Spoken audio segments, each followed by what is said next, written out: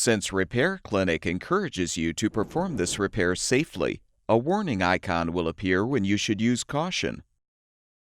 Before you replace the compressor overload in your wine cellar, be sure to unplug the power cord or shut off the power supply. Pull the appliance away from the wall or cabinet. Using a Phillips-head screwdriver, unthread all of the top mounting screws, securing the lower rear access panel. Fully unthread the right side mounting screw as well. Loosen the 3 screws on the bottom, and you can lift off the panel.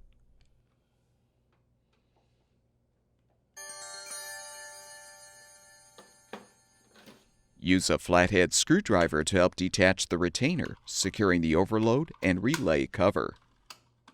Remove the cover. Pry the relay off of the compressor motor pins. You can now pry off the old overload and detach the wire.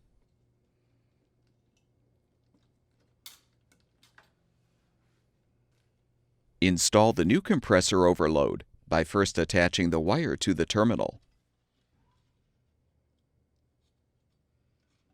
Align the overload on the compressor motor pins and push it into place. Realign the relay on the motor pins and push it into place.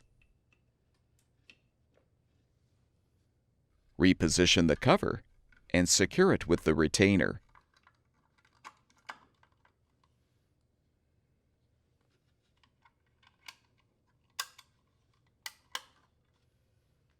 Reinstall the access panel by aligning it on the bottom screws. Tighten the screws.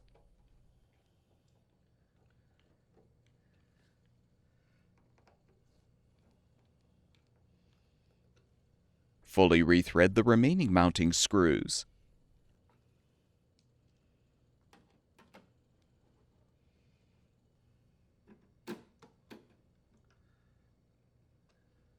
Push the appliance back against the wall or into the cabinet. Plug the power cord back in or restore the power supply, and your wine cellar should be ready for use.